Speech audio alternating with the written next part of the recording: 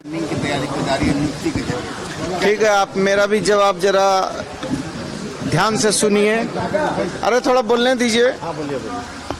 आदरणीय राय जी को पूछिए, आदरणीय राय जी को पूछिए कि उनकी जो मित्र है मधु की बहन है सुजाता शंकर, सुजाता शंकर के पति हैं सुनील शंकर, उनको बिना सक्षम प्राधिकार के एमओ क्यों बना दिया और रिटायरमेंट के बाद उनको एमओ बनाकर गोविंदपुर का एमओ के रूप में क्यों पदस्थापित कर दिया। उनसे जरा पूछिए कि आहार पत्रिका जो है वो बिना जो है 235 को शिथिल किए बिना 245 में बिना जाए हुए, बिना मंत्री परिषद का स्वीकृति लिए हुए उन्होंने अपने आदमी को कैसे ठेका टेंडर दे दिया।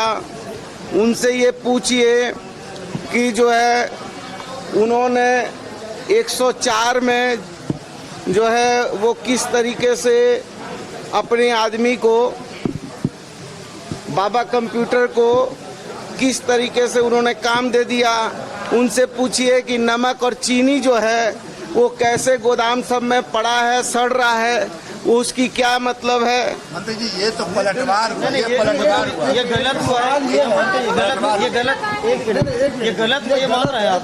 जांच सरकार क्यों नहीं करा तो करा रही है, जांचें तो करा रही है, इसीलिए तो पेट में दर्द है। अगर उन्होंने और यदि वो ये कह रहे हैं तो वो ये चीज को आपको दिखाएं फाइल में कि कहाँ हमने उसको बनाया है।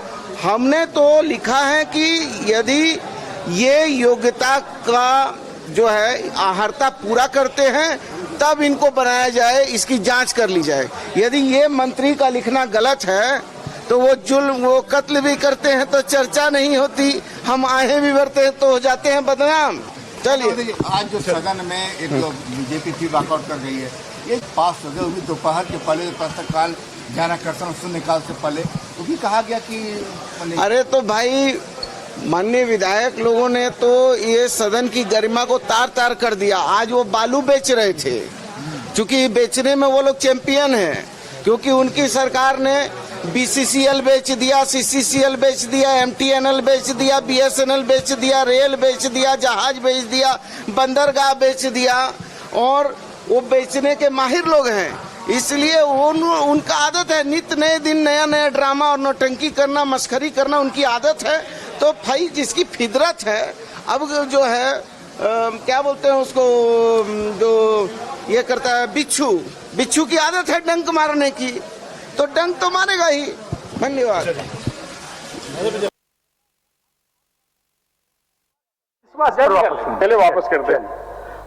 एमिटी यूनिवर्सिटी का पटना और रांची कैंपस पिछले कई सालों से लगातार शिक्षा के क्षेत्र में अनमैच्ड एक्सीलेंस प्रदान कर रही है।